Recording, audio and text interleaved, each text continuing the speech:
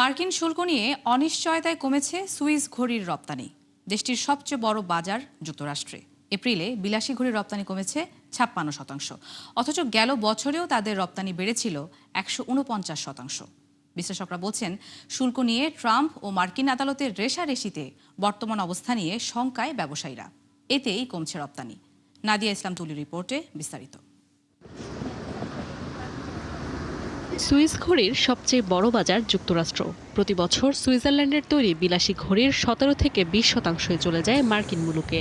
গেল বছর ট্রাম্পের শুল্ক ছড়ার আগেই পণ্য পাঠানোয় এই ঘড়ির বার্ষিক রপ্তানি বাড়ে প্রায় ১৪৯%।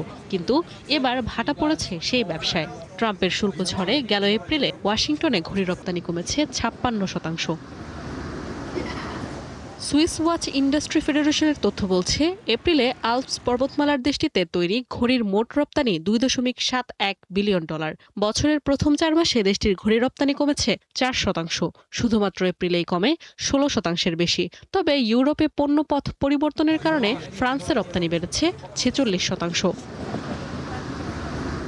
এদিকে সামগ্রিকভাবে কমেছে ঘড়ি তৈরির প্রায় সব ধরনের উপকরণের দাম।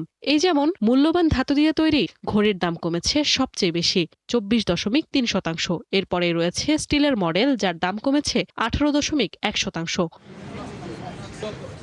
বিশ্লেষকরা বলছেন, মার্কিন যুক্তরাষ্ট্রের গতিবিধি বোঝা এখনো কঠিন, কারণ শুল্ক এবং মজুদের প্রভাব একটি দোদুল্যমান পরিস্থিতি তৈরি করেছে, যা বছর জুড়ে অব্যাহত থাকার সম্ভাবনা রয়েছে।